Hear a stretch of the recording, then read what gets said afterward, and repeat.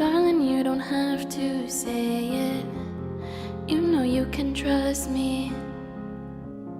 It's okay, it's complicated. Nervous trip over my words. You're so pretty, it hurts. Baby, I'm yours. Baby, I'm yours. Baby, I'm yours.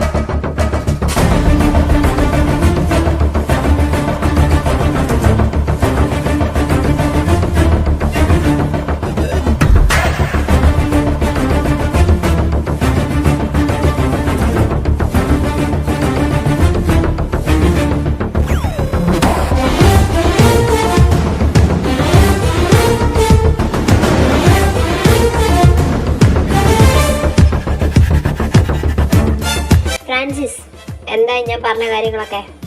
Almost എല്ലാം okay അല്ലേ? Моя дикая Кассандра, игривая подраза, отмевала разум, убивала музыканта. Тем не менее я рядом был и верил, аллегория не моя дикая Кассандра, игривая подраза. Almost കാര്യങ്ങളൊക്കെ സെറ്റാണ്. ഇനി legally ഉള്ള കുറച്ച് കാര്യങ്ങൾ മാത്രമേ ഉള്ളൂ. പിന്നെ മക്കളെ അറിയിക്കണം, അങ്ങനെ കുറച്ച് പരിപാടികൾ മാത്രമേ ഉള്ളൂ. അതിനി മാം എപ്പോഴാന്ന് പറഞ്ഞാൽ നമുക്ക് അങ്ങനെ ചെയ്യാം. ഓ ഫൈൻ, മക്കളെ അറിയിക്കണം. അവരിപ്പോൾ ഇവിടെ ഉണ്ടോ അതോ പുറത്തെവിടെയെങ്കിലും ചുറ്റിക്കറങ്ങാൻ പോയേക്കാണോ? നോ മാം, അവരെല്ലാം ഇവിടെ തന്നെ ഉണ്ട്. മാം പറഞ്ഞാൽ ഞാൻ അവരെ വിളിക്കാം. നോ ഇപ്പൊ വേണ്ട. അഗസ്റ്റ് വിജയ വരാന്ന് പറഞ്ഞിട്ടുണ്ട്. അപ്പോ പുള്ളിക്കാരനും കൂടെ വന്നിട്ട് നമുക്കൊന്ന് ഡിസ്കസ് ചെയ്യണം ഇതിനെ കുറിച്ച്. Моя дикая Кассандра, игривая подраза, отмевала разум, убивала музыканта. Тем не менее я рядом был и верил, аллегория не моя дикая Кассандра, игривая подраза. മോളെ, ഇതൊരു റിസ്കി പരിപാടിയല്ലേ? അതായത് വെറൊരു വാശിയുടെ പേരിൽ അങ്ങനെ ചെയ്തു കഴിഞ്ഞാൽ ഫ്രാൻസിസും കൂട്ടരും കൂടി ഇപ്പൊ തെരഞ്ഞെടുത്ത് വെച്ചിരിക്കുന്ന ആളുണ്ടല്ലോ, ആള് നമ്മുടെ കയ്യിൽ ഒതുങ്ങാത്ത ഒരാളാണെങ്കിലോ, അല്ലെങ്കിൽ നമ്മൾ വിചാരിക്കുന്നതിന് അപ്പുറം എന്തെങ്കിലും ചെയ്തു കഴിഞ്ഞാലോ ഉള്ളത് കൂടി പോകത്തില്ലേ? പോരാനിട്ട് മക്കൾ ഇതിനൊക്കെ സമ്മതിക്കുമെന്ന് നമുക്ക് തോന്നുന്നുണ്ടോ? പിന്നെ ഞാൻ എന്താ അഗസ്റ്റിന് വേണ്ടത്? ഇങ്ങനെ തോറ്റോര് കിടക്കണോ? എന്നെ കൊണ്ട് അതിനെ ഒക്കത്തില്ല. ഇനിയും എന്നെ കൊണ്ട് അയാളുടെ മുമ്പ് തോക്കാനായിട്ട് പറ്റത്തില്ല. പിന്നെ ഫ്രാൻസിസ് കണ്ടുപിടിച്ച് വെച്ചിരിക്കുന്ന ആള് എല്ലാം അറിയാന്നുള്ള ആളാ. എല്ലാം പറഞ്ഞിട്ടാ കൊണ്ടുവരുന്നത്. പിന്നെ പറഞ്ഞു വെച്ച നോക്കുമ്പോ അവന് പണം മാത്രം മതി. പണം കൊടുത്തു കഴിഞ്ഞാൽ അവ എന്തും ചെയ്യും. അപ്പൊ ഇതൊന്നും നമ്മളെ ബാധിക്കുന്ന പ്രശ്നമല്ല. എനിക്ക് ഇവിടെ എങ്ങനെ ജയിച്ചേ പറ്റൂ. അത് എന്തും വില കൊടുത്തിട്ടാലും ഞാൻ ജയിച്ചിരിക്കും. അത് എന്ത് തെണ്ടിത്തരം കാണിച്ചിട്ടാലും. ഇനിയും അയാളുടെ മുമ്പിൽ തോറ്റു കൊടുക്കാൻ ഞാൻ തയ്യാറല്ല. തോറ്റെടുത്തോളൊക്കെ മതി. പിന്നെ മക്കളെടുത്ത് എന്താ പറയണ്ടേന്ന് എനിക്ക് നന്നായിട്ട് അറിയാം. അഗസ്റ്റിൻ സാർ, ഞാൻ പറഞ്ഞ ആളെ നിങ്ങൾക്ക് കണ്ണും പൂട്ടി വിശ്വസിക്കാം. പിന്നെ മാം പറഞ്ഞ പോലെ പൈസയ്ക്ക് വേണ്ടി എന്തിനു വീഴുന്നതല്ല. അവന്റെ സാഹചര്യം കൊണ്ട് അവ അങ്ങനെ ആയി പോയതാ. ഫ്രാൻസിസേ, ഞാൻ നിന്നെ ഒന്നും കുറ്റം പറഞ്ഞല്ലടവേ. മോൾ ഇപ്പൊ തന്നെ ഒരുപാട് അനുഭവിച്ചു. നീ വീണ്ടും ഒരു വയ്യാവേലി കൂടി എടുത്ത് വെക്കണ്ടല്ലോ എന്ന് വിചാരിച്ചിട്ട് പറഞ്ഞതാ. ഞാൻ മോളോട് ഒരു കാര്യം പറയാലോ, മോൾ എന്ത് ചെയ്താലും മോളുടെ കൂടെ ഇച്ഛായം കാണും, അതുറപ്പാ. പക്ഷെ ഒന്നുകൂടെ ആലോചിച്ചിട്ട് വേണമെന്നേ ഞാൻ പറഞ്ഞോളൂ. ഒന്നല്ല 100 110 തവണ ഞാൻ ആലോചിച്ചായ ഇത് ഞാൻ ചെയ്തിരിക്കും. എനിക്ക് ചെയ്തേ പറ്റൂ. ഓക്കെ ഫൈൻ, എന്നാ മോളുടെ കൂടെ എന്തിനും ഞാൻ കാണും. എന്ത് പ്രശ്നം വന്നാലും ഇനി വേറെന്തെങ്കിലും ആണെങ്കിലും. ഇത് അഗസ്റ്റിൻ തരുന്ന വാക്കാ. നിന്റെ അപ്പന് കൊടുത്തതുപോലെ. നിന്റെ അപ്പന് ഞാൻ ഒരു വാക്ക് കൊടുത്തിട്ടുണ്ടായിരുന്നു, നിന്നെ പൊന്നുപോലെ നോക്കാമെന്ന്. അതിനെ എനിക്ക് പറ്റിയില്ല. ഇനിയെങ്കിലും ഞാൻ അത് ചെയ്തില്ലെങ്കിൽ പിന്നെ ഞാൻ ജീവിച്ചിരുന്നൊരു കാര്യമില്ല. ഫ്രാൻസിസ്, അപ്പോ ബാക്കി പ്രൊസീജിയേഴ്സ് ഒക്കെ നടക്കട്ടെ. ലീഗലി തന്നെ നമുക്കെല്ലാം മുമ്പോട്ട് പോവാം. ഇനി മക്കളാണ് അടുത്ത.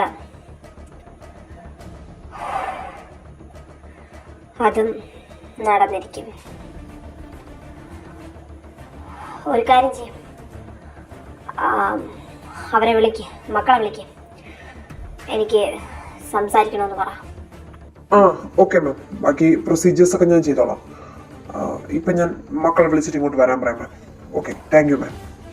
അഗസ്റ്റിന് ചാന് എവിടെയെങ്കിലും തോന്നുന്നുണ്ടോ ഞാൻ ഈ ചെയ്യാൻ പോകുന്നത് തെറ്റാണെന്ന്? ഒരുപക്ഷെ ചിലപ്പോ തോന്നിപ്പോയേനെ മോളെ.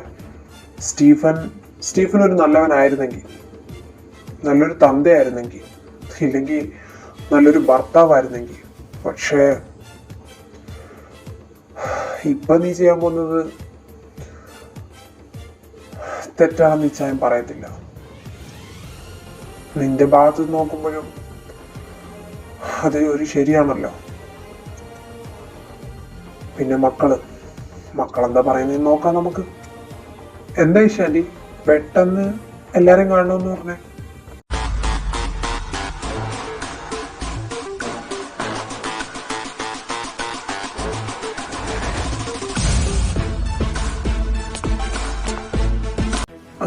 അതൊന്നുമില്ല പീറ്റർ മോനെ, ഒരു കല്യാണത്തിന്റെ കാര്യം പറയാന്.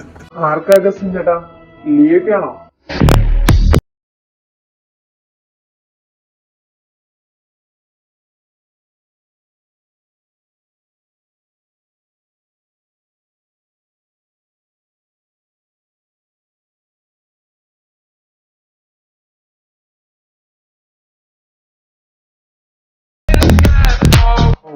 എന്ത് പറഞ്ഞാലും ഒരു ലിയോ. എന്നെ ഇവിടെ നിന്ന് പെട്ടെന്ന് ഓട്ടിക്കാന്ന് നീ വല്ല നേർച്ച നേർന്നിട്ടുണ്ടോടാ ലൂയിസേ?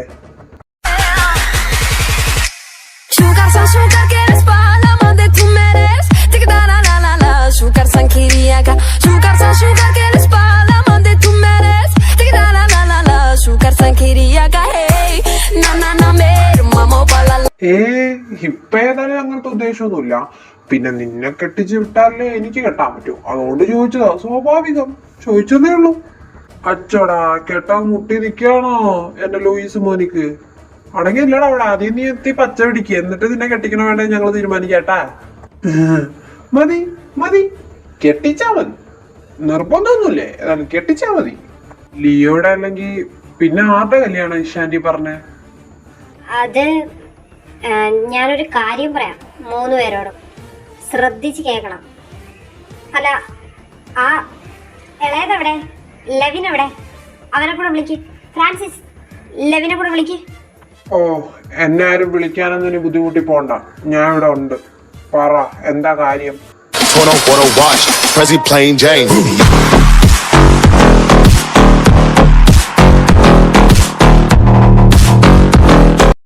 ആ, ഇവിടെ ഉണ്ടായിരുന്നോ? മിണ്ടാതിരിക്കായിരുന്നില്ലേ? അപ്പൊ എല്ലാരും വന്ന സ്ഥിതിക്ക് ഞാൻ കാര്യം പറയാം. വേണ്ട മോളെ, ഞാൻ പറയാം. ഞാൻ പറഞ്ഞാലേ ഇവന്മാരെ എടുക്കേണ്ട രീതിയിൽ എടുക്കുള്ളൂ.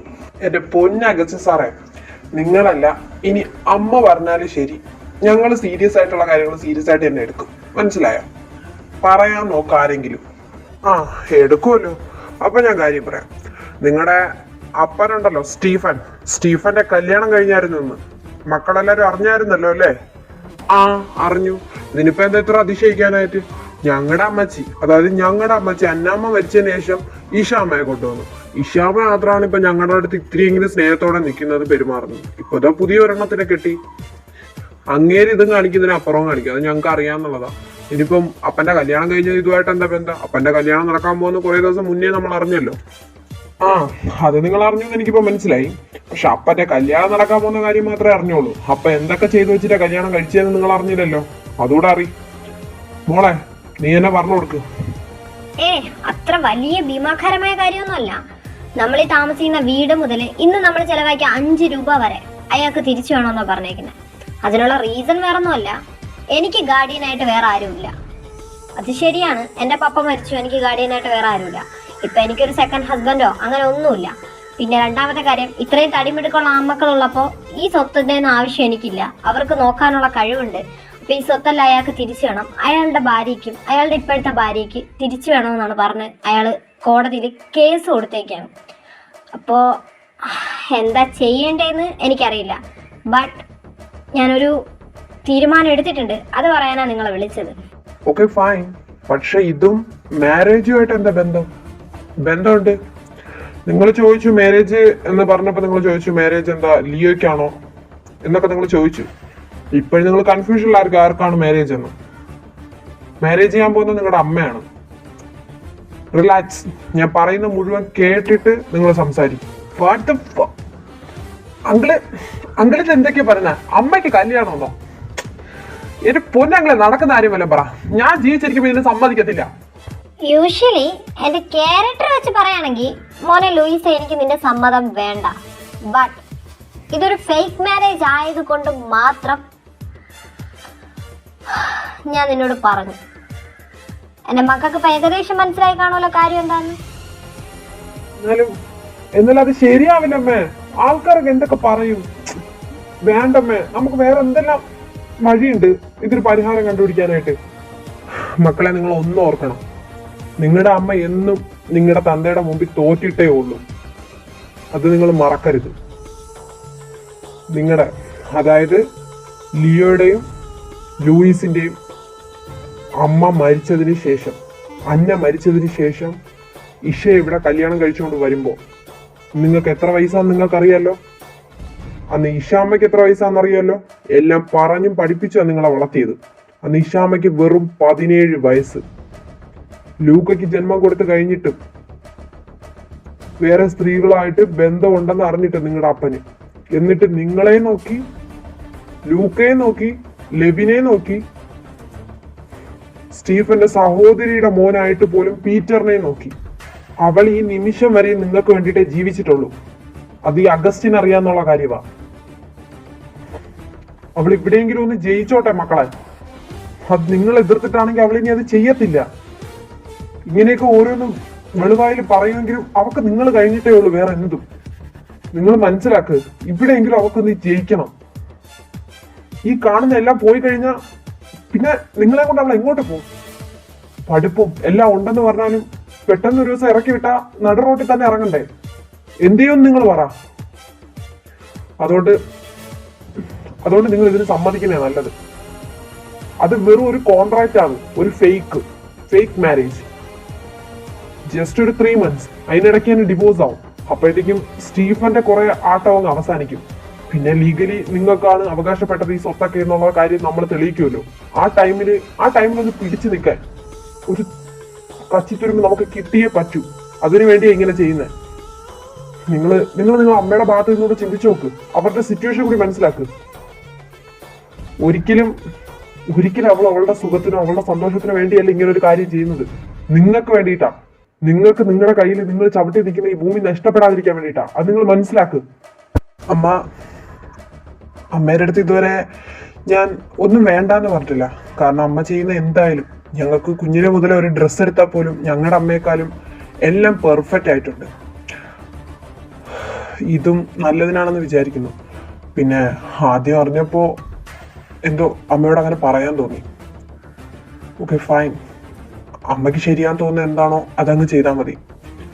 അഗസ്റ്റ് ഞങ്ങൾ ഇത്രയും പറഞ്ഞ സ്ഥിതിക്ക് ഇതിലെന്തെങ്കിലും ഒരു കാര്യം കാണുമെന്ന് ഞങ്ങൾക്കറിയാം. ശരി ലിയോ, ഇനി ഞാനായിട്ടൊന്നും പറയുന്നില്ല. ഞാൻ സമ്മതിച്ചില്ല എന്ന് വേണ്ട, എന്തേലുമൊക്കെ ചെയ്യും. എനിക്കൊന്നും അറിയത്തില്ല, ഞാൻ പോവാ. എന്തെങ്കിലുമൊക്കെ കാണിച്ചു കൂട്ട്. ഓഹ്, ഈ ലൂയിസിന്റെ കാര്യം. ഇഷാന്റി ഓക്കെ ആണല്ലോ അല്ലേ? ഞാൻ ഓക്കെ മോനെ പീറ്ററെ. മോന് തോന്നുന്നുണ്ടോ ആന്റി ചെയ്യുന്ന തെറ്റാണെന്ന്? ഇല്ല ആന്റി, ഒരിക്കലും ഇല്ല. ഒരുപക്ഷെ എൻ്റെ അമ്മ ഉണ്ടെങ്കിൽ പോലും എൻ്റെ അങ്കിളാ ആന്റിയുടെ ലൈഫ് ഇത്രത്തോളം തുലച്ചത്. എന്നിട്ട് പോലും ആന്റി എനിക്ക് കൂടി വേണ്ടിയിട്ടാണ് ഇത്രയും സാക്രിഫൈസ് ചെയ്യുന്നത്. അപ്പോൾ ഒരിക്കലും ആന്റി ചെയ്യുന്നൊന്നും തെറ്റാന്ന് ഞാൻ പറയത്തില്ല. ആന്റി ഇനി എന്തൊക്കെ ചെയ്താലും കുഞ്ഞിലെ മുതലേ പറയുന്ന കാര്യമാണ്. ആൻറ്റിയുടെ കൂടെ ഞാൻ കാണും എന്തിനും. എന്നാ നിങ്ങൾ സംസാരിക്കേ, ഞാൻ വരട്ടെ. കണ്ട അഗസ്റ്റിൻ ചായ, ഞാൻ പ്രസവിച്ചത് പോലുമല്ല. അയാളുടെ ചോരയാ, അയാളുടെ അനിയത്തിയുടെ മോൻ. എന്നിട്ടും ഇവൻ എന്നോടുള്ളതിൻ്റെ പകുതി പോലും, ഇവൻ എന്നെ മനസ്സിലാക്കണതിൻ്റെ പകുതി പോലും എൻ്റെ മക്കൾ എന്നെ മനസ്സിലാക്കുന്നില്ലല്ലോ. ആര്? ലൂയിസിന്റെ കാര്യമാണോ നീ പറയുന്നത്? എന്റെ പൊന്നി ഇഷമോളെ, ലൂയിസ് അപ്പ കാണിക്കുന്നേ ഉള്ളെന്ന് നിനക്ക് അറിഞ്ഞൂടെ? കുറച്ച് കഴിയുമ്പോ വീണ്ടും വരും ഇഷാമ്മ എന്ന് വിളിച്ചോണ്ട്. നീ അത് വിടാൻ നോക്ക്. പിന്നെ നീ എന്ത് ചെയ്താലും അവർക്ക് വേണ്ടിയാ ചെയ്യുന്നതെന്ന് അവർക്ക് നന്നായിട്ട് അറിയാം. നീ ലിയോ പറഞ്ഞ കേട്ടായില്ലേ? പിന്നെ നീ എന്തിനാ പേടിക്കുന്നത്? നീ പേടിക്കേണ്ട ഒരു ആവശ്യമില്ല. നീ എന്തായാലും എന്താണ് തീരുമാനിച്ചാൽ അത് ഞാൻ അങ്ങ് ചെയ്യാൻ നോക്ക്. ആ ഫ്രാൻസിസിനെ വിളിച്ചിട്ട് ബാക്കി പ്രൊസീജിയേഴ്സ് ഒക്കെ റെഡിയാക്കാൻ പറ. നാളെ തന്നെ നമുക്ക് രജിസ്റ്റർ ചെയ്യാം. മോള് പറഞ്ഞ പോലെ അങ്ങനെ എല്ലാ പ്രാവശ്യവും തോറ്റു കൊടുക്കാൻ പറ്റൂലല്ലോ. ഇപ്രാവശ്യമെങ്കിലും നമുക്ക് ജയിക്കണം മോളെ, എന്ത് വില കൊടുത്തിട്ടും. മമ്മി ചെയ്യുന്ന കാര്യങ്ങളൊക്കെ ഇച്ചായനറിഞ്ഞ് എന്താ നടക്കാന്ന് മമ്മിക്ക് അറിയാലോ. ഞാൻ പറയാനുള്ള പറഞ്ഞിട്ടുണ്ട്. ബാക്കിയുള്ള മക്കളെ മാത്രം ബോധ്യപ്പെടുത്തിയാൽ പോരാ, ഇച്ചായനെ കൂടെ ബോധ്യപ്പെടുത്തണം. എന്തോ ചെയ്യും, എനിക്കും അറിയത്തില്ല. ഓ, ഈ അസുര വിത്ത് ഇവിടെ നിപ്പുണ്ടായിരുന്നോ? ഇത് എന്റെ വെയിറ്റ് ചെയ്യുന്ന തന്നെയാണോ അഗസ്റ്റിൻ ചായ വന്നത്? ഇനി എന്തൊക്കെയാണോ മറ്റേ ചെറുക്കൻ്റെ അടുത്ത് വിളിച്ച് പറയാൻ പോകുന്നത്? കർത്താവേ, എനിക്ക് അതിനെ മാത്രമേ ഉള്ളൂ പേടി, അതിനെ മാത്രം. ഇവന്മാരെയൊക്കെ എങ്ങനെയെങ്കിലും പിടിച്ചിർത്താം. എന്റെ വയറ്റിൽ നിന്ന് വന്ന രണ്ടെണ്ണം ഉണ്ടല്ലോ, അതിനെയൊക്കെ രണ്ടിനാണ് എനിക്ക് കൺട്രോൾ ചെയ്യാൻ പറ്റാത്തത്. എന്റെ പൊന്നിഷമോളെ, നീ അവരുടെ അമ്മ, അത് നീ മറക്കരുത്. പിന്നെ ലൂക്കെ പറഞ്ഞ് മനസ്സിലാക്കിയാൽ മതി. പിന്നെ അവനെ ആടിപ്പൊടിക്കാൻ പറ്റുന്നതൊക്കെ കിടന്ന് പൊടിച്ചോട്ടെ, അത് ഒരു വഴി കൂടെ നടന്നോളും. എന്തായാലും തീരുമാനിച്ച കാര്യത്തിൽ നിന്ന് നീ പുറകോട്ട് വരണ്ട. എന്തായാലും ഇതിലെങ്കിലും നമ്മൾ ജയിച്ചേ പറ്റൂ മോളാ, നീ പറഞ്ഞ പോലെ. അതുകൊണ്ടല്ല അഗസ്റ്റിൻ ചായ, ഇച്ചായനറിയാം എനിക്ക് ആരെയും പേടിയില്ല. പക്ഷെ എൻ്റെ വയറ്റിൽ നിന്ന് വന്ന ആ ഒരേ ഒരു സന്തതി, എനിക്ക് 2 മക്കളുണ്ടെങ്കിലും ഇപ്പം പോയത് അതൊരു പാവവാ. ഇച്ചായനെന്ന് പറഞ്ഞാൽ മരിക്കും, അമ്മയെന്ന് പറഞ്ഞാലും മരിക്കും. എല്ലാവരെയും സ്നേഹിക്കാൻ മാത്രം അറിയാം. പക്ഷെ എൻ്റെ മൂത്ത സന്തതി, അത് എൻ്റെ സ്വഭാവം എങ്ങനെയാണോ അതുപോലെയാണത്. എപ്പോൾ എന്ത് പ്രതികരിക്കുമെന്ന് പറയാൻ പറ്റില്ല. അതിൻ്റെ തന്തയെ പോലെ. തന്തയുടെ തള്ളയുടെ സ്വഭാവം ഒരുമിച്ച് വരുന്നൊരു ഇതുണ്ടല്ലോ, അതാണ് അവൻ്റെത്. എനിക്കറിയില്ല അവൻ ഇനി എന്തൊക്കെ കാണിച്ചു കൂട്ടും. ഏതായാലും അവനെ പിടിച്ച് നിർത്തിയേ പറ്റൂ. മോള് സമാധാനപ്പെടും. വരുന്നത് നമുക്ക് വരുന്നെടുത്ത് വെച്ച് തന്നെ കാണാം.